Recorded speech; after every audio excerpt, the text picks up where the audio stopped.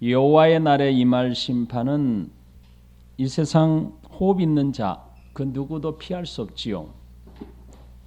그렇다고 좌절하고 낭망하기는 아직 이릅니다.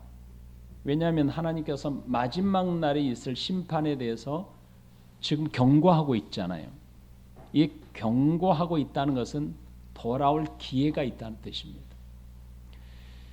그러므로 지금 하나님의 백성들은 좌절하고 포기하고 주저앉아 있기보다는 회개할 시간임을 알아야 했습니다.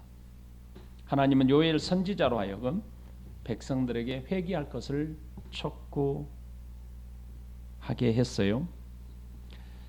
그리고 회개하고 하나님께 돌아오는 그날에는 하나님께 중단되었던 소재와 전제가 회복될 것이고 궁핍했던 저들의 일상의 삶이 회복되어 복을 누리게 될 것이다. 이렇게 강조했습니다.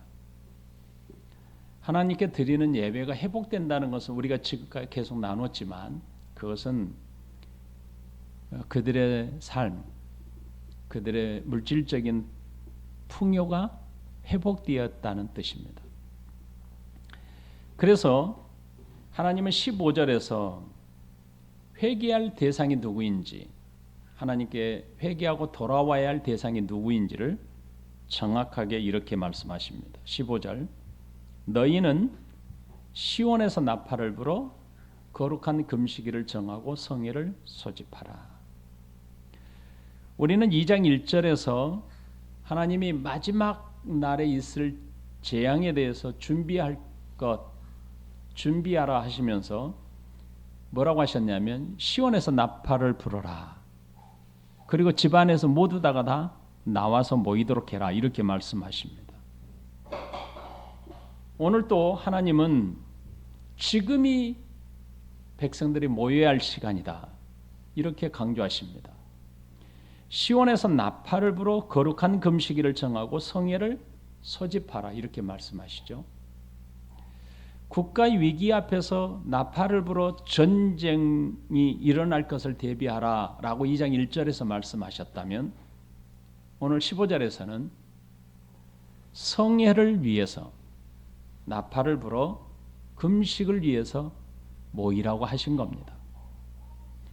나팔을 불어서 백성들을 깨어나게 하셨고 이제는 시온에 모여서 나팔을 불어서 백성들을 밖으로 나와 성전에 모여 금식하게 하신 겁니다.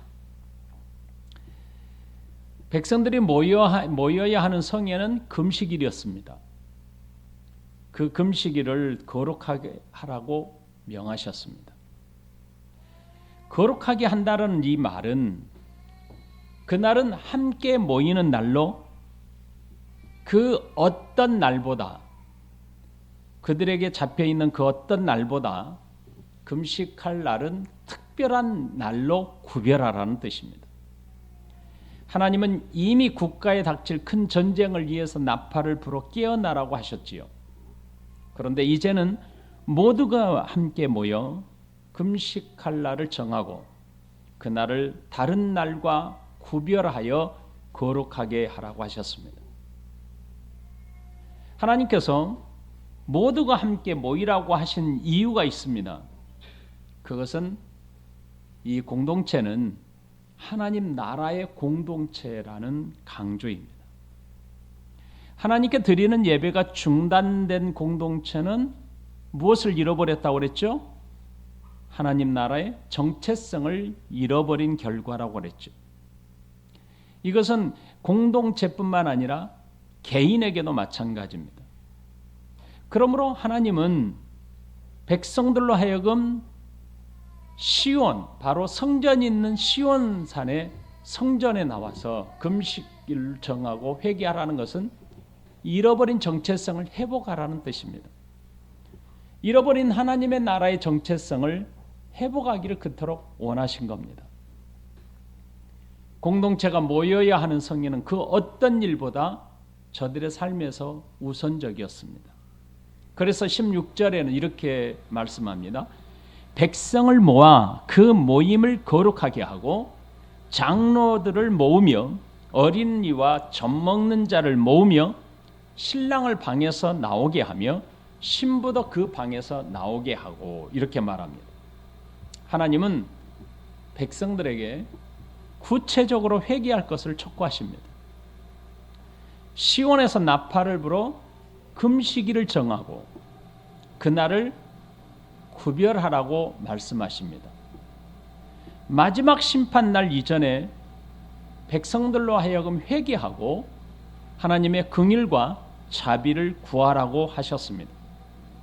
그런 의미에서 이 세상에 있는 온 백성들을 모으라고 하신 겁니다.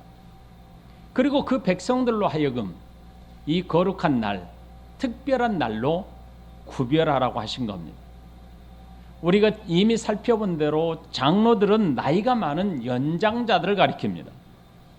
그리고 그들만이 아니라 어린이와 젖먹는 자들까지 모으라고 하셨습니다. 이 말은 무슨 말입니까? 거동이 불편할 만큼 나이가 많은 자들이라고 죄됨이 없고, 어린 아이라고 해서 젖먹는 아이라고 해서 죄될 수 없다. 이 세상에 회개해야 할 대상은 어린 아이부터 시작해서 어른에 이르기까지 이 세상의 모든 사람들이 하나님 앞에 회개해야 된다. 그러니까 지금 회개할 대상은 그 누구도 죄됨이 없다라고 하는 강조입니다. 결국은 하나님의 언약 백성이라면 누구든지 함께 모여야 합니다. 외됨이 없이 모여야 할 것입니다. 그리고 누구든지 하나님 앞에 회개해야 한다는 것입니다. 여러분, 모임이라고 하는 것, 거룩한 모임, 거룩한 성회가 되게 하라고 하신 이 말씀은 오늘날 단어로 바꾸면 교회라는 뜻입니다. 회개 공동체가 바로 거룩한 공동체라는 의미입니다. 여러분, 신랑을 그 방에서 나오게 하고 신부도 그 신방에서 나오게 하라고 말씀하셨습니다. 이것은 중대한 의미를 가집니다. 당시 막 결혼한 신랑과 신부는 전쟁에 나갈 때 군사를 모집하잖아요. 그 군사를 모집할 때 이제 막 결혼한 사람은 면제가 되었습니다. 그런 신랑과 신부를 그 방에서 나오게 하라는 이 말씀은 회개함으로 하나님을 예배하는 일이 이 세상에 그 어떤 것보다 시급하고 중대하다는 뜻입니다. 하나님은 어린아이부터 시작해서 노년에 이르기까지 한 사람도 빠짐없이 모임에 참석하라고 명하셨습니다. 하나님께서 이토록 강조하신 이유가 무엇일까요?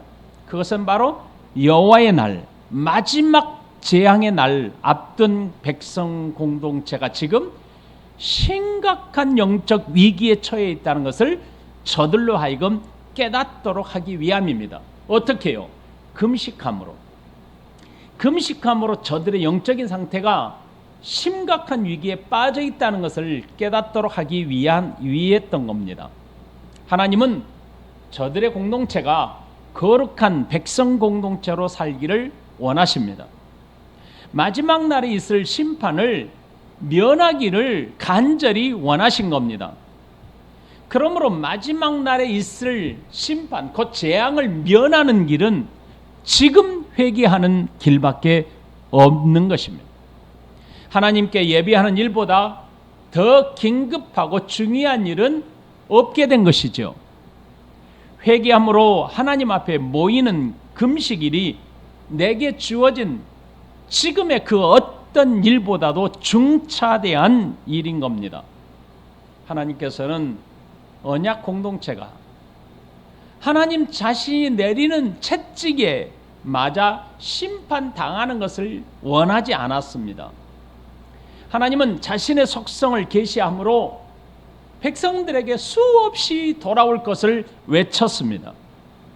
하나님은 자비의 하나님이고 인애가 크신 분이라는 사실을 저들에게 계시하셨습니다. 그러므로 하나님은 회개하고 복된 삶을 살기를 그토록 바라셨습니다. 언약 공동체가 하나님의 백성으로서 하나님의 자비와 은혜를 누리고 살기를 하나님은 그토록 원하신 겁니다. 그러므로 하나님은 모든 백성이 하나님의 성전으로 나오게 한 후 금식하라고 명하시고 있습니다. 하나님을 섬기는 제사장들을 향하여 금식일에 백성들 중보자로 울며 기도하라고 명령하셨습니다. 17절입니다. 우리 17절을 같이 읽어보도록 하겠습니다. 17절 시작.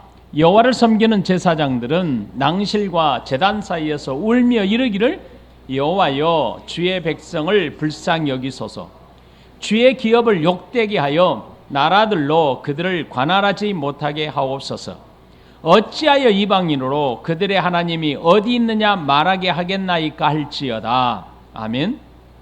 여러분 여기에서 제사장들이 서 있는 장소는 바로 낭실과 제단 사이라고 기록하고 있습니다.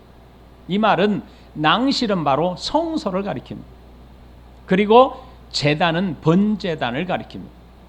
그러니까 백성들이 모여 있는 마당 그리고 성소 중간에 제사장들이 서서 울며 기도하라는 뜻입니다. 제사장들에게 울며 기도하라고 하신 이유는 하나님을 섬기는 여호와를 섬기는 제사장들의 역할에 대해서 강조하고 있는 이유입니다. 제사장들은 백성들을 중보하는 자들입니다. 제사장들이 울며 기도해야 할 장소에 대해서 하나님은 낭실과 제단 사이라고 말씀하셨습니다. 그 사이에서 울며 기도하라고 하십니다. 낭실은 성소로 들어가는 입구를 말하는 것 아닙니까? 제단은 번제단을 말하는 것 아닙니까? 그러므로 이곳은 제사장의 뜰이라고 부르는 성전과 백성들 사이에 있는 중간 장소를 가리킵니다. 우리가 잘 아는 것처럼 제사장의 사명이 무엇입니까? 그것은 바로 백성들의 죄를 중보하는 것 아닙니까? 제사장들로 하여금 백성들과 번제단 사이에서 울며 기도하라고 하신 이유는 그만큼 진지하고 그만큼 진실한 회개를 촉구하고 있다는 뜻입니다. 제사장의 사명은 이런 면에서 막중하다고 할 수 있습니다. 그들은 공동체의 중보를 통해서 하나님의 자비와 은혜를 누리게 됩니다.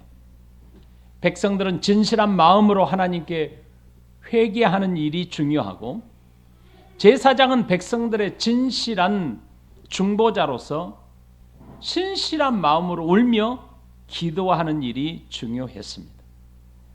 하나님 앞에서 이미 옷을 찢지 말고 마음을 찢으라 라고 하는 것을 요구받았습니다. 정직하고 신실한 마음으로 회개할 것을 요청받았습니다. 자비와 긍휼의 하나님 그리고 사랑과 은혜의 하나님 앞에서 온 마음으로 회개할 것을 하나님은 백성들에게 촉구하셨습니다. 울며 기도해야 할 이치에 대해서 말씀하신 후 하나님은 이제 어떤 내용으로 기도해야 될지 그 내용까지 알려주셨습니다.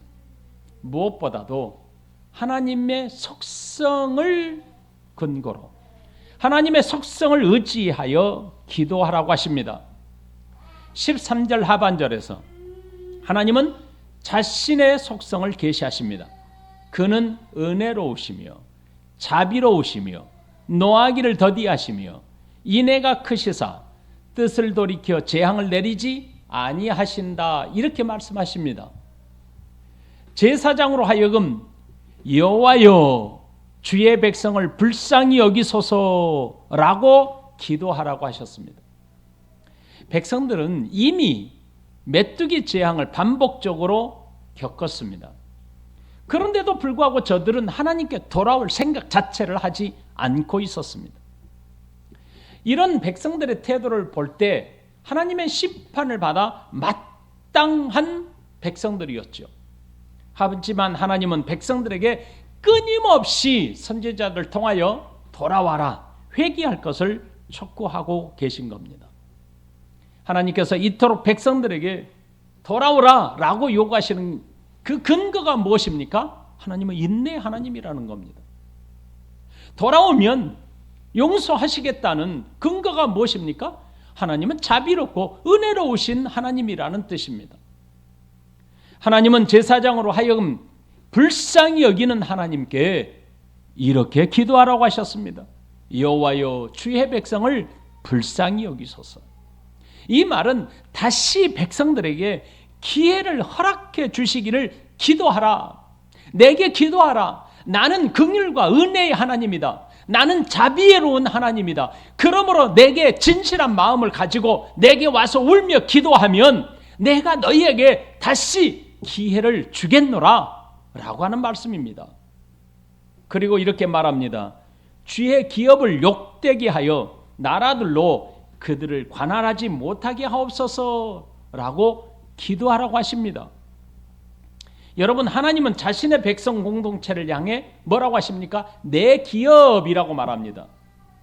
주의 기업, 내 기업, 나의 백성 이렇게 표현합니다. 주의 기업이라는 말의 뜻은 당신의 소유나 재산이라는 뜻 아닙니까? 다시 말하면 백성 공동체는 하나님의 소유된 나라입니다. 백성 공동체가 다른 나라들에 의해 침범을 당하여 항복함으로 치욕스러운 일을 당하지 않게 해달라고 기도하라는 뜻입니다.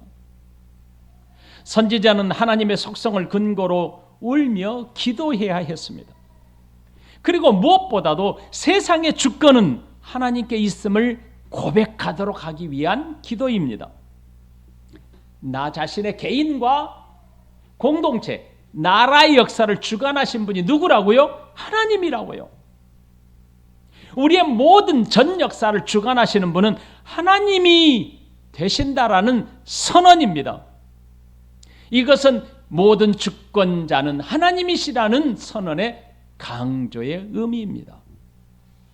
주께 속한 나라가 다른 나라들로 주관치기 못하게 하시고 이에 따라 소유된 백성들에게 치욕스러운 일을 당하지 않게 해달라고 기도하라는 간절한 요청입니다. 여러분, 제사장은 낭실과 제단 사이에 서서 울며 기도할 것을 명받았지요.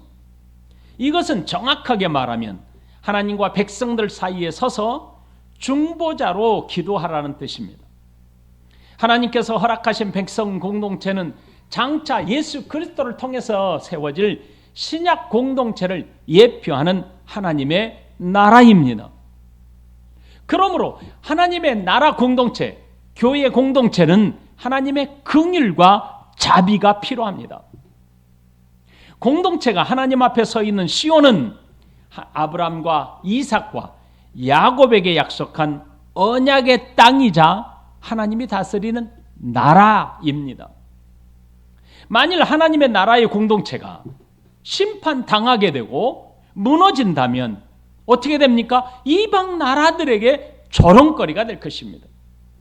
실제로 722년과 586년에 북방이 그랬고 남방이 그랬습니다. 그러기에 이미 모세를 통해서 이런 기도를 하게 하셨습니다. 40일 동안 가나안 땅을 정탐한 자들의 보고를 듣고 백성들이 통곡하며 애굽으로 돌아가겠다라고 하자 하나님은 이 백성들을 내가 멸하겠다라고 말합니다. 그러자 모세는 하나님 앞에 엎드려 하나님의 주권과 자비와 은혜의 속성을 거론하면서 하나님께 이렇게 기도합니다. 민수기 14장 13절로 19절 말씀을 펴보십시오. 민수기 14장 13절로 19절입니다.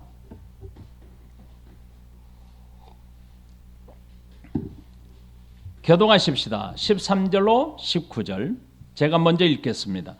모세가 여호와께 여짜오되 애굽인 중에서 주의 능력으로 이 백성을 인도하여 내셨거늘 그리하시면 그들이 듣고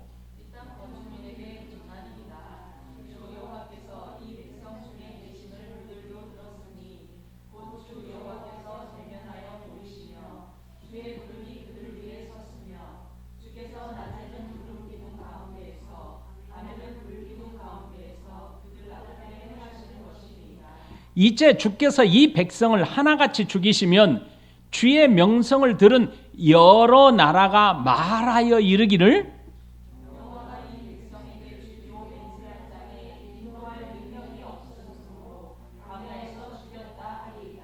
17절 이제 구하옵나니 이미 말씀하신 대로 주의 권능을 나타내옵소서. 이르기를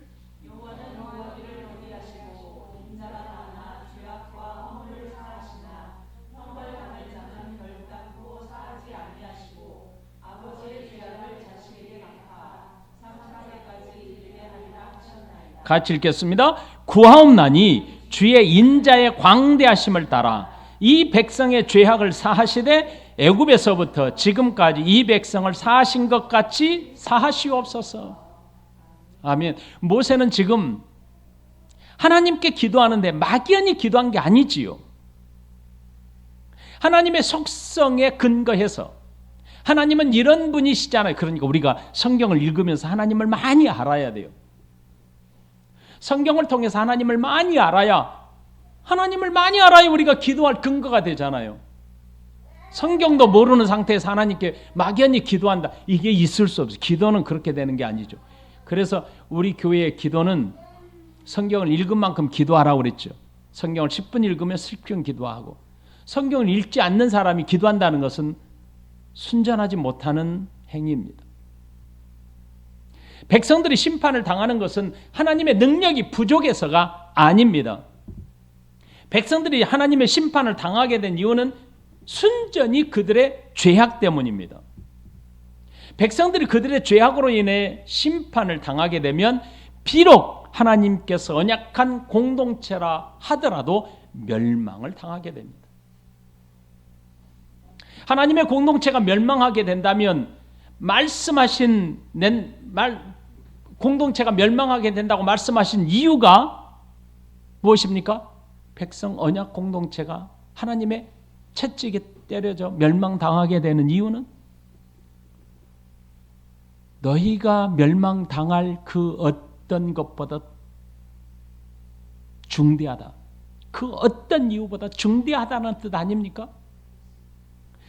이보다 더한 심판은 없는 겁니다.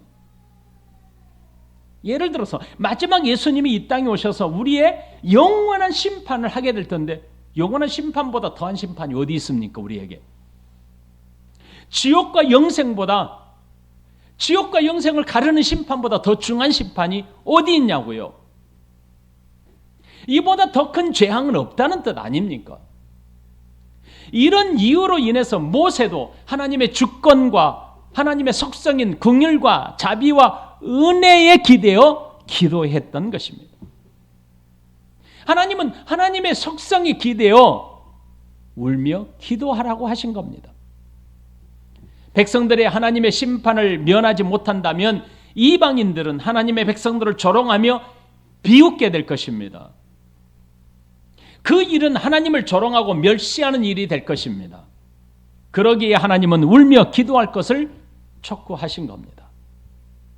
백성들이 이렇게 기도할 때 여호와께서 자기 땅을 극진히 사랑할 것과 백성들을 불쌍히 여길 것이라고 말씀합니다.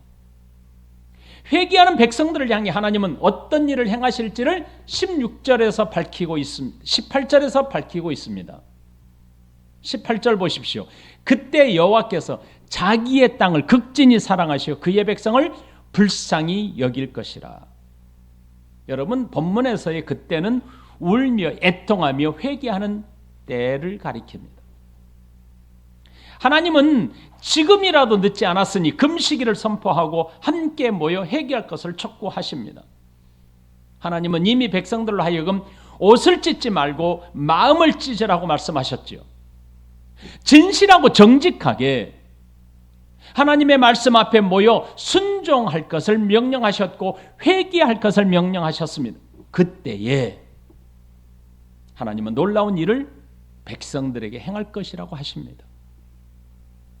하나님은 자기 땅을 극진히 사랑하시고 자기 백성을 불쌍히 여길 것이라 라고 하십니다.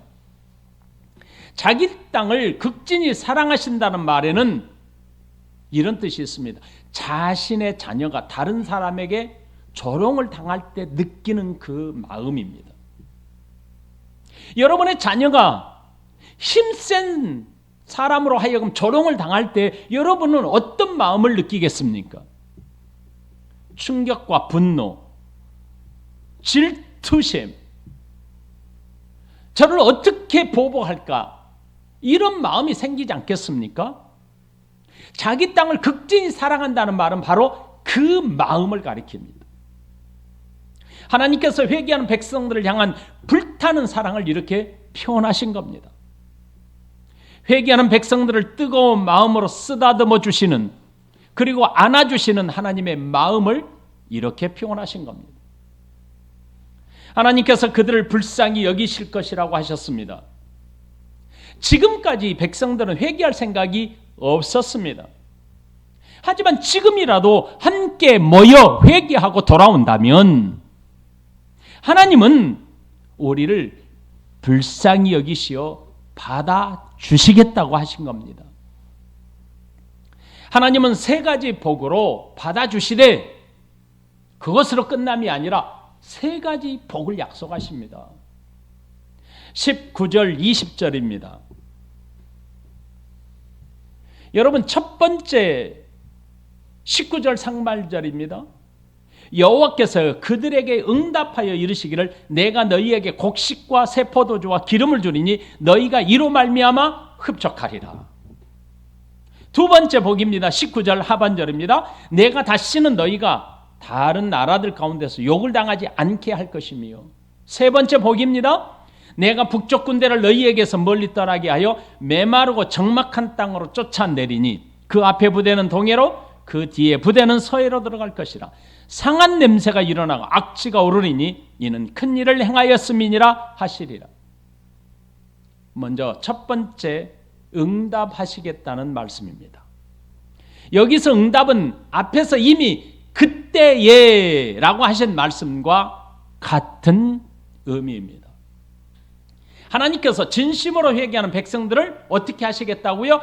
회복시켜 주시겠다는 말씀입니다. 하나님과의 관계가 회복되고 기도는 응답될 것입니다. 백성들이 지금까지 겪었던 모든 문제는 해결될 것입니다. 메뚜기 때 습격으로 인해 겪게 된 모든 문제가 회개함으로 회복될 것입니다. 곡식과 새 포도주와 기름을 주시겠다고 약속하셨습니다. 하나님과의 관계가 회복되는 길이 백성들의 일상적인 삶의 정상화되는 길이라고 하신 겁니다. 하나님은 이렇게 말씀합니다. 너희가 이로 말미암아 흡족하리라.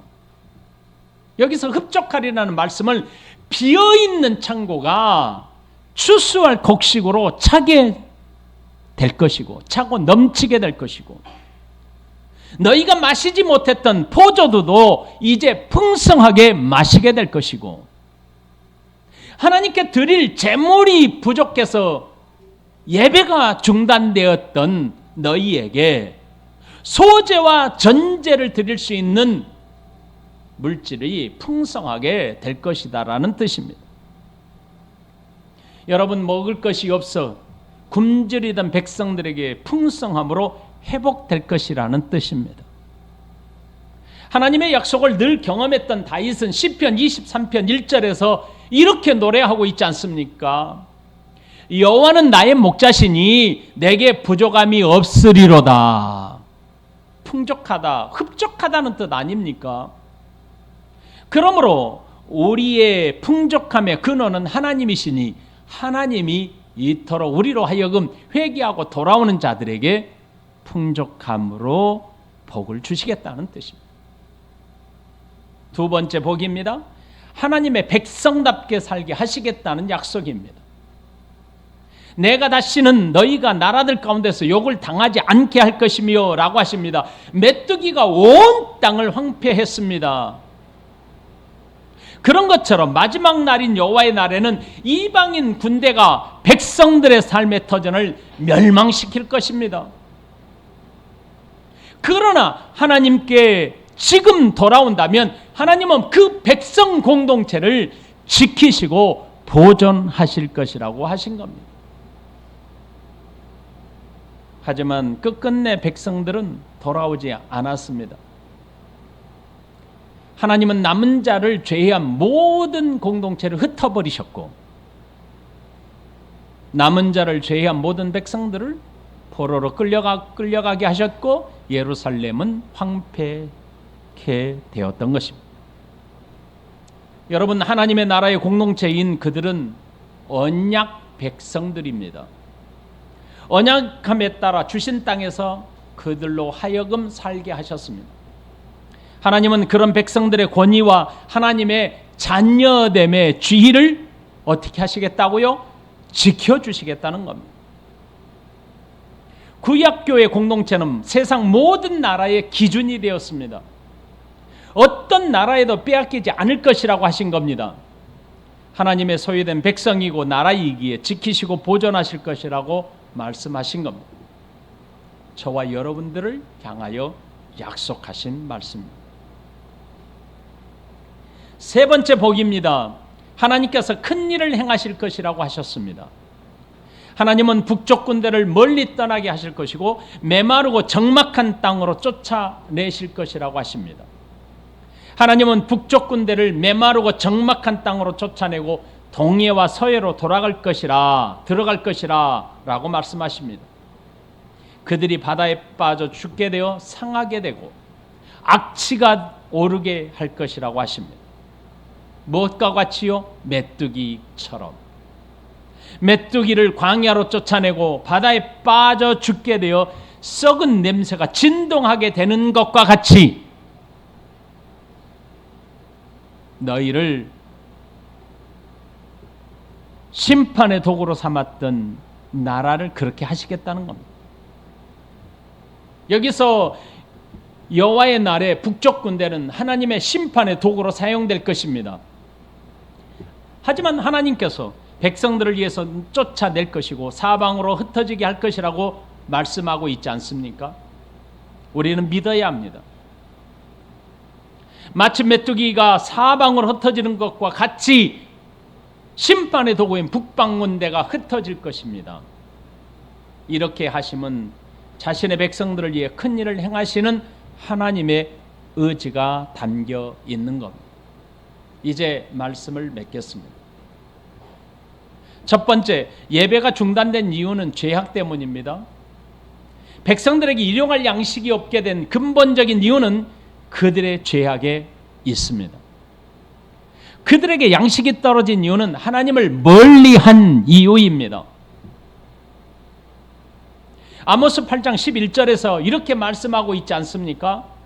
주 여호와의 말씀이니라. 보라, 날이 이를지라 내가 기근을 땅에 보내리니, 따라합시다. 양식이 없어, 주림이 아니며 물이 없어, 가람이 아니요 여호와의 말씀을 듣지 못한 기갈이라.